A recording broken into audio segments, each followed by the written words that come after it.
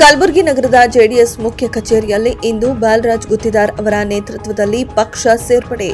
JDS ಪಕ್ಷದ ಕಲಬುರಗಿ ಜಿಲ್ಲಾ ಅಧ್ಯಕ್ಷರಾದ ಬಾಲರಾಜ್ ಗುತ್ತಿದಾರ್ ಹಾಗೂ ಜೆಡಿಎಸ್ ಪಕ್ಷದ ಕಲಬುರಗಿ ಕಾರ್ಮಿಕ ಘಟಕದ ಜಿಲ್ಲಾಧ್ಯಕ್ಷ ರಾಜ್ ಪಟೇಲ್ ಅವರ ನೇತೃತ್ವದಲ್ಲಿ ವಿವಿಧ ಪಕ್ಷವನ್ನ ತೊರೆದು ಇಂದು ಜಿಲ್ಲಾ ಜೆಡಿಎಸ್ ಕಚೇರಿಯಲ್ಲಿ ಜಿಲ್ಲಾಧ್ಯಕ್ಷ ಬಾಲರಾಜ್ ಗುತ್ತಿದಾರ್ ಅವರು ಜೆಡಿಎಸ್ ಪಕ್ಷದ ಬಾವುಟ ನೀಡಿ ಪಕ್ಷಕ್ಕೆ ಬರಮಾಡಿಕೊಂಡರು. ಈ ಸಮಯದಲ್ಲಿ ಸಂಜುಕುಮಾರ್ ಕುಡುಕಿ, ಗುಣಾಧಾರ್ ಜೈನ, ಶಿವಾನಂದ ಕುಡುಕಿ, ರವಿ ನರೋಣ, ಸಂತೋಷ್ ಕಡಗೊಂಚಿ, ಆಕಾಶ್ ಕಡಗಂಚಿ, ಶರಣು ತಂಬಕವಾಡಿ, ಲಕ್ಷ್ಮೀಕಾಂತ್ ಆದಿ, ಚೆನ್ನು ಮಡಿವಾಳ, ದರ್ಶನ್ ಹಿರೇಮಠ, ಲಿಂಗರಾಜು, ಸಿದ್ದು ಯಲೆಮನಿ, ರಾಕೇಶ್ ಚೌಹಾಣ, ಶರಣು ಕೊಡಗಿ ಸೇರಿದಂತೆ ಅನೇಕ ಜೆಡಿಎಸ್ ಪಕ್ಷಕ್ಕೆ ಯುವಕರು ಸೇರ್ಪಡೆಯಾದರು. ನಮಸ್ಕಾರ.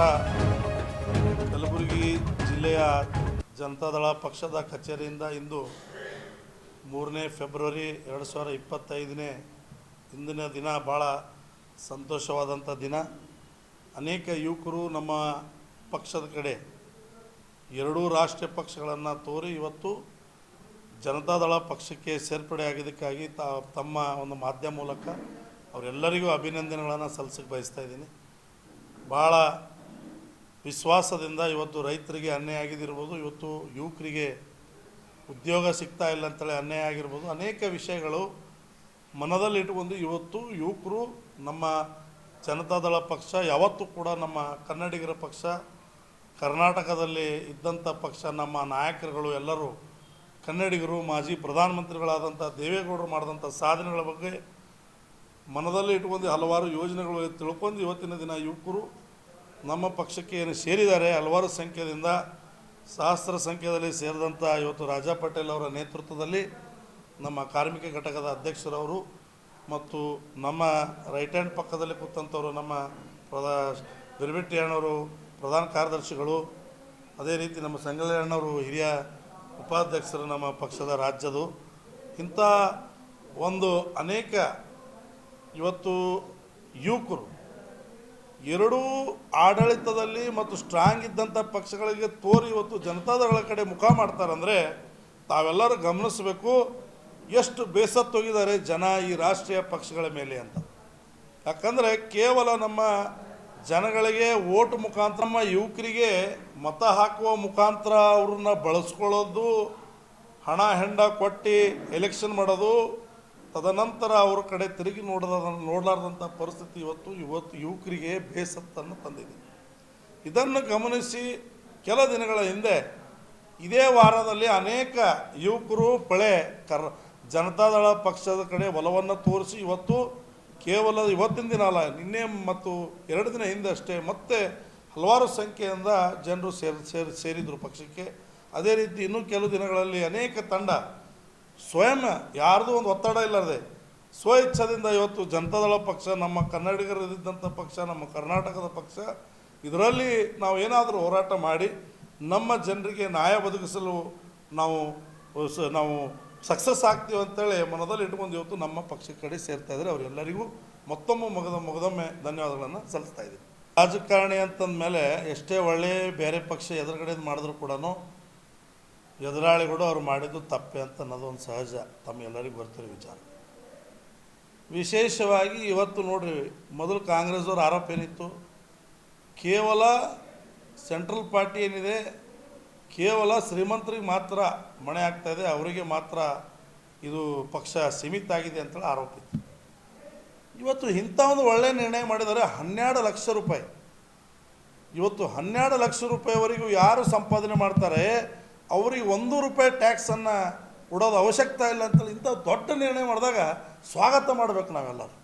ಯಾಕಂದರೆ ನಾವೆಲ್ಲ ನಮ್ಮ ದೇಶ ಇರೋದೇ ಇವತ್ತು ತಮಗೆಲ್ಲರಿಗೂ ಗೊತ್ತಿದೆ ಮಧ್ಯಮ ವರ್ಗದವರು. ಇವತ್ತು 60,000, 70,000, 1 ಲಕ್ಷವರೆಗೆ 1 ಲಕ್ಷ ಒಳಗಾಗಿ ಇರೋಂಥ ಸ್ಯಾಲ್ರಿ ಅಲ್ಲಿ ದುಡಿಯೋಂಥವ್ರೆ ಅನೇಕ ಕೋಟ್ಯಾನುಗಟ್ಟಲೆ ಜನ ನಮ್ಮ ದೇಶದಲ್ಲಿದ್ದಾರೆ.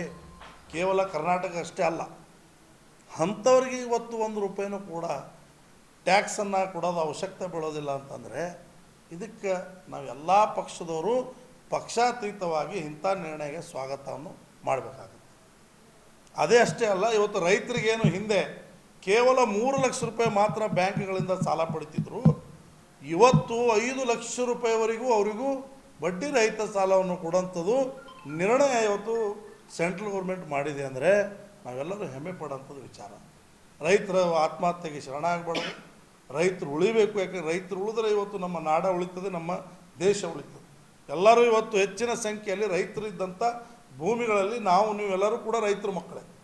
ಇವತ್ತು ಅಂಥ ಒಂದು ಪರಿಸ್ಥಿತಿಯಲ್ಲಿ ನಮ್ಮ ದೇಶ ಇರುವಾಗ ಇಂಥ ಯೋಜನೆಗಳ ಬಗ್ಗೆ ಇವತ್ತು ಕೇಂದ್ರ ಸರ್ಕಾರ ಯೋಚನೆ ಮಾಡಿದೆ ಅಂದರೆ ಎಲ್ಲ ಒಂದು ಕಡೆ ಮಧ್ಯಮ ವರ್ಗದವ್ರ ಬಗ್ಗೆ, ರೈತರ ಬಗ್ಗೆ ಈ ಬಜೆಟ್ನಲ್ಲಿ ಕಾಳಜಿ ವಹಿಸ್ತಾ ಇದ್ದಾರೆ ಅಂತೇಳಿ ಕಂಡು ಬರ್ತಾ ಇದೆ.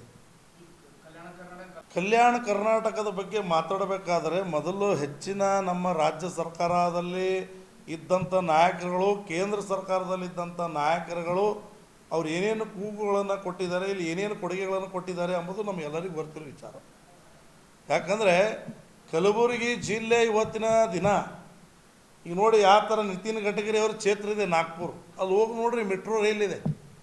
ಅದು ಒಂದು ಜಿಲ್ಲೆ, ಅಲ್ಲಿ ಮೆಟ್ರೋ ರೈಲ್ ಇದೆ. ಅಂಥ ಒಂದು ಪರಿಸ್ಥಿತಿನೂ ಕೂಡ ನಮ್ಮ ಕಲಬುರಗಿ ಬರಬೇಕಾಗಿತ್ತು ಎಂದೋ. ಇಲ್ಲಿನ ಘಟಾನುಘಟಿ ನಾಯಕರುಗಳಿಗೆ ಇಲ್ಲಿನ ಜನತೆ ಆಶೀರ್ವಾದ ಮಾಡಿದ್ದಾರೆ.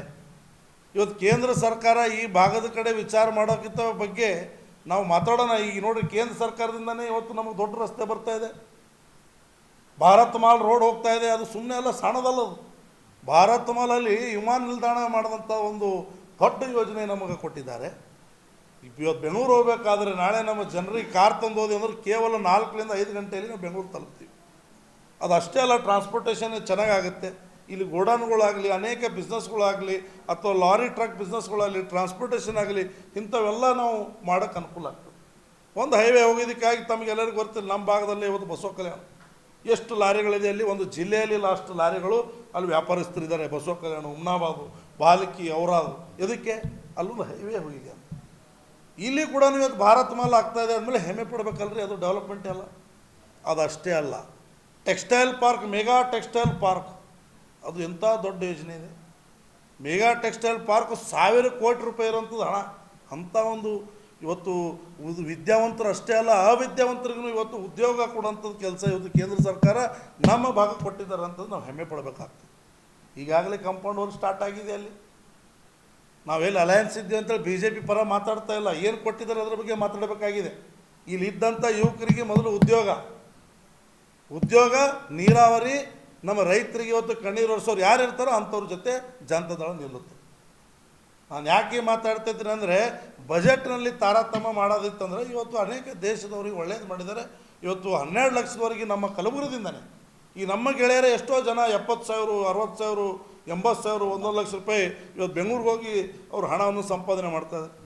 ಏನಪ್ಪ, ಒಂದೊಂದು ತಿಂಗಳು ನಮಗೆ ಬರೋ ಟ್ಯಾಕ್ಸ್ ಒಳಗೆ ಹೋಗ್ತದೆ ದುಡ್ಡು ಅಂತ ಇದು. ಈ ಆ ಹಣ ಉಳಿತು.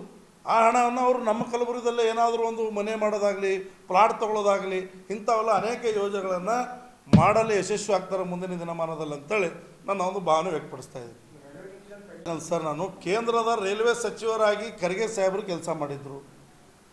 ಇರಲಿ, ಸ್ವಲ್ಪ ದಿನ ಅವರಿಗೆ ಅವಧಿ ಸಿಕ್ತು, ಆದರೂ ಕೂಡ ಅವ್ರು ಪ್ರಯತ್ನ ಮಾಡಿದರು, ಅದರಲ್ಲಿ 2 ಮಾತಿಲ್ಲ. ಆದರೂ ಕೂಡ ರೈಲ್ವೆ ಡಿವಿಷನ್ ಅವ್ರ ಕೈಯಲ್ಲೇ ಇತ್ತಲ್ರಿ. ಕೇಂದ್ರ ಸಚಿವ ಮನಸ್ಸು ಮಾಡಿದ್ರೆ ಇದು ಒಂದು ರೈಲ್ವೆ ಡಿವಿಷನ್ ಮಾಡೋದೇನು ಭಾಳ ದೊಡ್ಡ ವಿಷಯ ಅಲ್ಲ.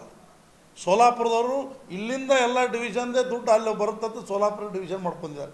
ಹತ್ತಿರ ಸೋಲಾಪುರ ಇದೆ ಅಂತೇಳಿ ಇದಕ್ಕೆ ಕೊಡ್ತಾ ಇಲ್ಲ. ಯಾಕಂದರೆ ಸೋಲಾಪುರಲ್ಲಿ ಇದ್ದಂಥ ಆಫೀಸರ್ಗಳು ಇದಕ್ಕೆ ತಡೆ ಮಾಡ್ತಾಯಿದ್ದಾರೆ, ರಾಜಕಾರಣಿಗಳೆಲ್ಲ ಒತ್ತಡ ಹಾಕಲಿ. ಈಗ ನಾವು ಚುನಾಯಿತರಾಗಿ MP ಗಳನ್ನು ಮಾಡಿದ್ದೇವೆ. ಕಲ್ಯಾಣ ಕರ್ನಾಟಕದಲ್ಲಿ MP ಗಳು ಸಂಪೂರ್ಣವಾಗಿ ಕಾಂಗ್ರೆಸ್ ಅವ್ರು ಬಂದಿದ್ದಾರಲ್ರಿ.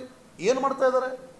ಒತ್ತಡ ಹಾಕಿ ಈಗ ಸೆಷನ್ ನಡೀತಾ ಇದೆ, ಡಿವಿಷನ್ ಆಗಲೇಬೇಕು, ಇಲ್ಲ ನಾವು ಸೆಷನ್ಗೆ ಬರೋದಿಲ್ಲ ಅಂತ ಮುದುಗಿ ಹಾಕಿ ತಂದಿದ್ದಾರಲ್ರಿ. ಇಲ್ಲಿ ಸಂಪೂರ್ಣ ಕಲ್ಯಾಣ ಕರ್ನಾಟಕ ಜನ ಇವತ್ತು BJP ಇಂಥ ಗಾಳಿಯಲ್ಲೂ ಕೂಡ ಇವತ್ತು ಖರ್ಗೆ ಅವರಿಗೆ ಇವತ್ತು ಕೈ ಬಲ ಪಡಿಸ್ಬೇಕಂತೇಳಿ ಇವತ್ತು ಇಲ್ಲಿನ ಜನ ನಮ್ಮ ನಾಯಕ ಮುಂದೆ ಏನಾದರೂ ದೊಡ್ಡ ಒಂದು ಸ್ಥಾನಮಾನದಲ್ಲಿ ಬರ್ತಾರೆ ಅಂತೇಳಿ ಇವತ್ತು ಕಲಬುರಗಿ ಅಷ್ಟೇ ಅಲ್ಲ, ಕಲ್ಯಾಣ ಕರ್ನಾಟಕ ಸಂಪೂರ್ಣವಾಗಿ ಅವ್ರ ಬೆನ್ನೆಲುಬಾಗಿ ನಿಂತು ಜನವನ್ನು ಅವ್ರನ್ನ ಮತ ಹಾಕೋ ಮುಖಾಂತರ ಅವರು ಗೆಲ್ಲಿಸಿದ್ದಾರೆ.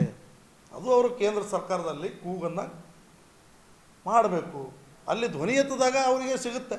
ಈ ಎಲ್ಲಿ ನೋಡಿ MP ಸಾಹೇಬರು ಏನು ಧ್ವನಿ ಎತ್ತುತ್ತಾ ಇದ್ದಾರೆ ಇಲ್ಲಿನ ಕಲಬುರಗಿ MP ಅವರು ತೋರಿಸಿ ನನಗೆ ಮಾಧ್ಯಮದ ಮಧ್ಯದಲ್ಲಿ ಕುಮಾರಸ್ವಾಮಿ ಅವರು ಮನೆಗೆ ಹೋಗಿದ್ದು ತಾವು ನೋಡಿದಿರಿ. ಹಳ್ಳಿಯಲ್ಲಿ ಗ್ರಾಮೋತ್ಸವ ಮಾಡಿದ್ದು ನೋಡಿದಿರಿ. ಜನತಾ ದರ್ಶನ ಮಾಡಿದ್ದು ಕೂಡ ಕುಮಾರಸ್ವಾಮಿ ಅವರು CM ಯಾರು ಮೀಟ್ ಅಲ್ಲಕ್ಕೆ ಆಗ್ತಾ ಇರಲಿಲ್ಲ. ಮೊದಲು ಜನತಾ ದರ್ಶನವನ್ನು ಕೂಡ ಪ್ರಾರಂಭ ಮಾಡಿದ್ದು ಕುಮಾರಸ್ವಾಮಿ ಅವರು. ಅದಕ್ಕೆ ಹೇಳ್ತೀನಿ, ಯಾವತ್ತೂ ಕೂಡ ಪ್ರಾದೇಶಿಕ ಪಕ್ಷಕ್ಕೆ ಒಂದು ಅವಕಾಶ ನಮ್ಮ ನಾಡಿನ ಜನತೆ ಕೊಟ್ಟರೆ ಅವಾಗ ತಮಗೆ ಗೊತ್ತಾಗುತ್ತೆ ನಮ್ಮ ಕರ್ನಾಟಕದ ಪಕ್ಷ ಕರ್ನಾಟಕದ ಜನತೆಗಾಗಿ ಏನು ಮಾಡ್ತಾರಂತ ತಮಗೆ ಗೊತ್ತಾಗುತ್ತೆ. 18 ತಿಂಗಳ 2 ಸಲ ಅವ್ರಿಗೆ ಅವಕಾಶ ಸಿಕ್ಕರು ಕೂಡ ಗ್ರಾಮ ವಾಸ್ತವ್ಯ ಮಾಡಿದ್ದಾರೆ, ಅಷ್ಟೇ ಕಡಿಮೆ ಅವಧಿಯಲ್ಲಿ ಸಾಲ ಮನ್ನಾ ಮಾಡಿದ್ದಾರೆ, ನೀರಾವರಿ ಯೋಜನೆಗಳನ್ನು ಮಾಡಿದ್ದಾರೆ. ಜನತಾದಳ ಕೊಟ್ಟಂಥ ಎಂಪ್ಲಾಯ್ಮೆಂಟ್ ಇಲ್ಲಿವರೆಗೆ ಯಾರಿಗೂ ಕೂಡ ಕೊಡ್ಲಿಕ್ಕಾಗಿಲ್ಲ. ಆನ್ ರೆಕಾರ್ಡ್ಸ್ ಮಾತಾಡ್ತಾ ಇದ್ದೀನಿ ನಾನು. ಹೈಯೆಸ್ಟ್ ಎಂಪ್ಲಾಯ್ಮೆಂಟ್ ಕರ್ನಾಟಕ ರಾಜ್ಯದಲ್ಲಿ ಯಾರಾದರೂ ಕೊಟ್ಟಿದ್ದಾರೆ ಅಂದರೆ ಅದು ಜನತಾದಳ ಪಕ್ಷ. ಹಿಂದಿನ ಪೂರ ರಾಮಕೃಷ್ಣ ಹೆಗಡೆ ಅವರಿಂದ ಇಲ್ಲಿವರೆಗೆ ತಾವು ಇತಿಹಾಸ ತೆಗೆದು ಅದು ದುರ್ದೈವ. ನಮ್ಮ ಪಕ್ಷಕ್ಕೆ ಪ್ರಚಾರ ಮಾಡೋಕ್ಕೆ ಬಂದಿಲ್ಲ. ಪ್ರಚಾರ ಮಾಡ್ಬೇಕಾದ್ರೆ ಸಾಕಷ್ಟು ದುಡ್ಡು ಬೇಕು. ನಮ್ಮ ಪಕ್ಷ ರೈತರ ಪಕ್ಷ, ನಾವು ದುಡ್ಡು ಹೊಡೆದಿದ್ದು ಪಾರ್ಟಿ ಅಲ್ಲ. ಅದಕ್ಕೆ ನಾವು ಹೇಳ್ತಾ ಇರ್ತೀವಿ, ಜೈಲಲ್ಲಿ ಯಾರು ನಮ್ಮ ಪಕ್ಷದವ್ರು ಬಿದ್ದವರಲ್ಲ, ಅಥವಾ ಜೈಲು ಹೊರಗಡೆ ಬಂದು ಏನು ದುಡ್ಡು ಖರೀದಿ ಮಾಡಿ ಯಾರೋ MLAಗಳು ಖರೀದಿ ಮಾಡಿ ನಾವು MLA ಆದವ್ರು, ನಾವು ನಮ್ಮ ಪಕ್ಷ ಅಧಿಕಾರಿ ಬಂದಿದ್ದಲ್ಲ. ಗೊತ್ತಿಲ್ಲ, ಎಮರ್ಜೆನ್ಸಿ ಕಾಲದಲ್ಲಿ ಉದ್ಭವ ಆದಂಥ ಪಕ್ಷ ಇದು. ಜಯಪ್ರಕಾಶ್ ನಾರಾಯಣ್ ಸರ್ ಅವರ ನೇತೃತ್ವದಲ್ಲಿ ಉದ್ಭವ ಆದಂಥ ಪಕ್ಷ ಜನತಾದಳ ಪಕ್ಷ. ಮತ್ತೊಮ್ಮೆ ಯಾವ ಥರ ಜಯಪ್ರಕಾಶ್ ನಾರಾಯಣ್ ಸರ್ ಅವರು ಒಂದು ನಾಯಕತ್ವ ವಹಿಸಿದ್ರು, ಅದೇ ನಾಯಕತ್ವ ಇವತ್ತು ದೇಶದ ಜನರಿಗೆ ಮತ್ತು ನಾಡಿನ ಜನರಿಗೆ ಅವಶ್ಯಕತೆ ಇದೆ. ಅದಕ್ಕೆ ಮುಂದಿನ ದಿನಮಾನದಲ್ಲಿ ನನ್ನ ಕಳಕಳಿ ಮನವಿ ಇದೆ, ವಿಚಾರಿಸ್ರಿ ಈ ಪಕ್ಷ ಏನು ಮಾಡಿದೆ, ಯಾವ ಪಕ್ಷ ಏನು ಮಾಡಿದೆ ನೋಡಿ ನಮ್ಮ ಪಕ್ಷದ ಕಡೆ ತಾವು ಬರಬೇಕಂತ ನನ್ನ ಕಳಕಳಿ ಮನವಿ. ಕಾಟಾಚಾರಕ್ಕಾಗಿ ಈಗ ಯಾಕಂದ್ರೆ ಭಾಳಷ್ಟು ಕಡೆ ಕೂಗು ಬರ್ತಾ ಇದೆ, ಬಜೆಟ್ ಆದಮೇಲೆ CM ಬದಲಾವಣೆ ಆಗ್ತಾರೆ, ಮಿನಿಸ್ಟ್ರ್ ಹಂಚಿಕೆ ಆಗ್ತದೆ, ಆ ಉದ್ದೇಶದಿಂದ ಅವ್ರು ರಾಜೀನಾಮೆ ಕೊಟ್ಟರು, ಅಥವಾ ಆ ಪಕ್ಷದಲ್ಲಿ ಸಂಪೂರ್ಣವಾಗಿ ಎಲ್ಲ ಶಾಸಕರುಗಳು ಸಂಪೂರ್ಣವಾಗಿ ಹದಗೆಟ್ಟೋಗಿದೆ ವ್ಯವಸ್ಥೆ.